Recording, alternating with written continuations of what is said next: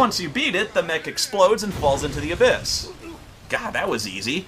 It can literally rip a train in half and try to suplex the wreckage on you, but its electro buzzsaws and death ray barely cause minor redness and irritation on a 120-pound woman wearing no armor. And despite its massive size, strength, mobility, and ultra-modern steel armor, it's taken out in a matter of seconds with a pair of 45 caliber pistols. Fucking RoboCop at least had an anti-tank rifle. He didn't try to go after it with that gun of his, and that thing was a fucking hand cannon. Shit. Man. Chocobo, we just can't catch a break, can we? And so begins the hallway. The endless 40-hour hallway. You have not known pain until you have seen the hallway, for there is no escape. No free will, the only way is the way forward. The dread of inevitability, the shackles of fate, our choices preordained by programmers, our existence meaningless without choices of our own. The only way is forward, the path laid out for us, the choices already made. The monsters you encounter are invariant. They are planned to the last detail. There is no randomness or chance. You fight them because you are meant to. You fight them so that you are at the level the game requires you to fight the bosses. No more, no less. Oh, you may find that the hallway branches off at times and you think you've escaped. But these paths only lead perhaps 50 yards to a dead end and some minor treasure. And with no way to continue, you must go back and return to the hallway. Sometimes you may enter a wider room, some larger area. But there is still only one way in and one way out, and the hallway continues. Here we find a save point where we save our game and do our shopping. This is because the save points are also the item stores, and the weapon stores, and the armor stores, and the accessory stores, and the crafting shit stores. Once again, it's this strange meta concept that makes your brain itch. It makes no sense. It's kind of wrong. What then is a save point? What purpose does this floating machine serve to people who live in this game world? When someone in Cocoon sees a save point, what do they say it is? And this isn't just some abstract ball of light that you walk into that doesn't actually exist in the game world. This thing must exist. People in the game world must recognize it as something because it allows someone to purchase anything they want in the entire world and have it delivered instantly to them. So how are these things delivered? Is it like a replicator from Star Trek? How do you pay for things? Is it like a credit card, or do you put cash in a slot on the machine? Can these financial transactions be traced in any way by the government? I ask because it might one day be necessary for them to find some wanted fugitives, which would be really easy in a world that only handles electronic currency. Or do people still seriously carry around huge sacks of Gil coins with them? Another question, why would there be a machine that links to an online store that instantly delivers automatic weapons and swords to people? Is it common for your average civilian to buy swords in Cocoon? I would think the first store you'd see would be for groceries, or diabetes supplies, or sex toys. What if a child stole some cash and bought guns on the save point machine? And what's a store just doing here in the middle of some road or walkway or wherever the fuck we are? Wouldn't it block traffic? Why would you put a store here? It'd be like putting a hot dog cart in the fast lane of a freeway. Oh, I can explain why they put all the item stores into the save points. It's because coding actual physical item stores into the game would also mean creating towns and cities to put them in. And having towns would mean you'd have this big open area you're free to move in, and freedom of movement implies you'd have this place to explore and do subquests in and have fun and leave the hallway, and we can't very well fucking have that now, can we? And why is there this weird robo-sphere of treasure thingy just doing here too? I mean, there's technological, and then there's just a waste of fucking resources. Who put this thing here, and why? Wouldn't it just be cheaper to use a cardboard box instead of this floating metal robotic thing? And why does it have a potion inside it? If this is such an advanced technological society, aren't potions a little old-fashioned? Potions seem to imply alchemy or magic, when clearly technology and science are the dominant forces here. Once again, this game decides to include something that directly contradicts the game's futuristic atmosphere. A potion inside a robosphere. I just don't get it. Wouldn't it be more logical to buy a first aid kit here, or a stim pack, or bandages? Hell, even healing jelly makes more sense, because at least that's something manufactured that you might see commercially available in this world. Well, look, now clearly boxes exist, so what lame crap is in those?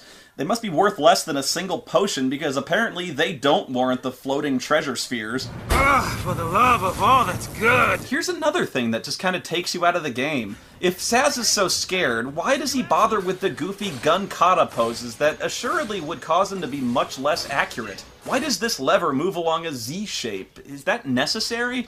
Would it not work if it wasn't in a Z shape? And I have to ask once again, why would anyone here ever not carry a gun? Why is this always an issue whenever Final Fantasy is set in a world where guns exist? I get that if everyone used a gun, it limits weapon variety, but it still doesn't make sense to do otherwise. Now, for those of you who don't know what guns allow you to kill someone from very, very far away. And in some cases, like, say, this aerial sniper, from really far away.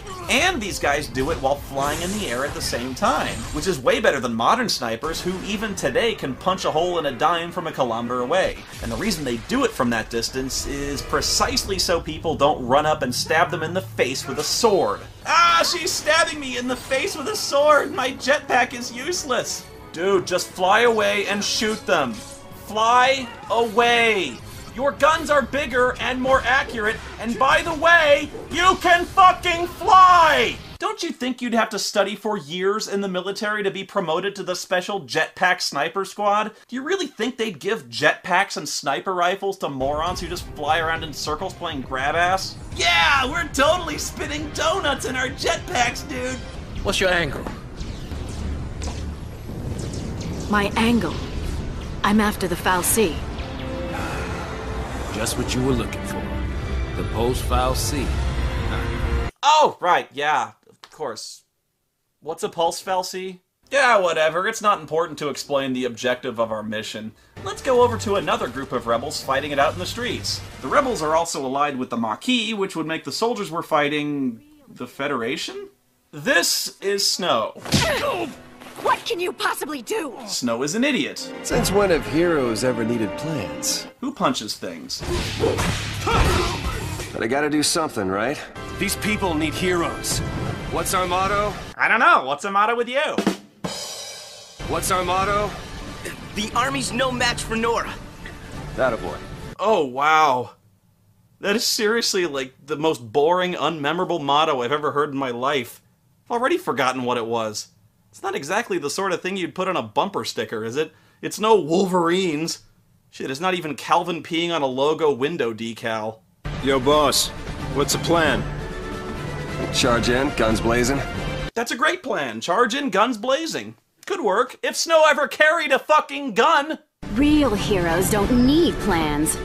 Wow, that's incredibly debatable. And almost always untrue. This is so fucking hilarious. Snow charges the killer robot dogs with foot-long razor blades for claws, and then the army soldiers carrying assault rifles, and he does this bare-handed. You see that? And he wins. Who does this guy think he is, Zell? Look, if it didn't work out for Bruce Lee, you're not gonna sell me on it happening here.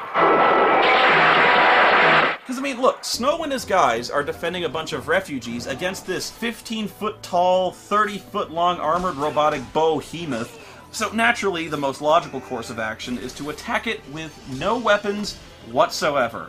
Okay, he's not fucking Beowulf here, you know? This is so fucking silly, it's impossible to take seriously, even in a world of robots, flying cities, and magic. There's suspension of disbelief, and there's get the fuck out. The man would turn his fists into red rubber lumps of crushed meat and bone before he'd scratch the fucking paint on this robot. But no, not only does Snow cause more damage to it with his hands than automatic weapons would, he punches the fucker so hard he completely obliterates it. Look, I'm not lying! The fucking thing is gone! This thing must weigh like 6 tons, and he fucking annihilated it with an uppercut. Total protonic reversal. Alright, that's bad. Okay, look, I know in older Final Fantasy games you had guys like Sabin who had, like, hardcore martial arts. Dude suplexed a fucking train, for Christ's sakes. Fucking look at this! That is awesome! But here's the difference, and this is highly complex, so try to follow my reasoning here. Snow couldn't hold Sabin's jock. Sabin is some kind of magic monk dude with his mystic chi powers. At the very least, he had some form of martial arts training, agreed? And even he equipped weapons, whereas Snow is just some guy. He's just a dude with a trench coat. He doesn't know any martial arts. There's nothing exceptional about him physically or mentally. Hang on, baby! Your hero's on the way! Clearly not mentally. Now, look at this again from the perspective of one of the soldiers in the game world. If a guy can just walk up and casually punch a military war mech into oblivion, what fucking good are they? Maybe they should stop making their robots out of fucking tinfoil. Jesus! Whoever bought these robots should really get a refund.